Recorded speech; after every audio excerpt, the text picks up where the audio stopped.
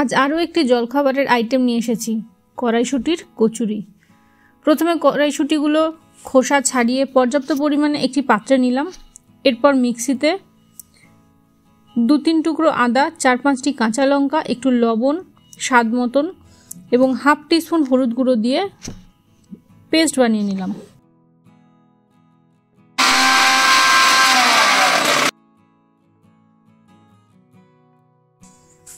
এরপর অন্য একটি পাত্রে পরিমাণ মতন ময়দা, তার সাথে 1 চিমটে লবণ, অল্প একটু কালো জিরে আর সাদা তেল দিয়ে ভালো করে ময়াম করে নিলাম।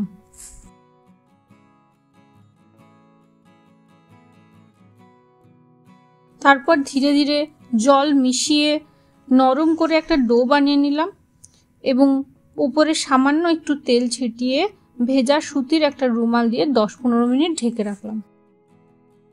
এবার কড়াইতে সর্ষের তেলে 1 চিমটে হিং দিয়ে আগে থেকে করে রাখা কড়াইশুঁটির পেস্টটা দিয়ে নাড়াচাড়া করতে থাকলাম যতক্ষণ না জল ভাবটা কেটে যায়।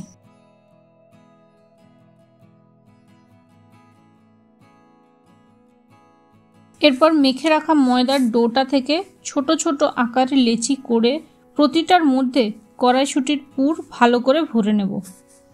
ভালো করে বেলে নেব লুচি বা কড়াইশুঁটির আকারে, যাতে পুরটা বেরিয়ে না যায় সেই জন্য বেলার সময় খেয়াল রাখতে হবে।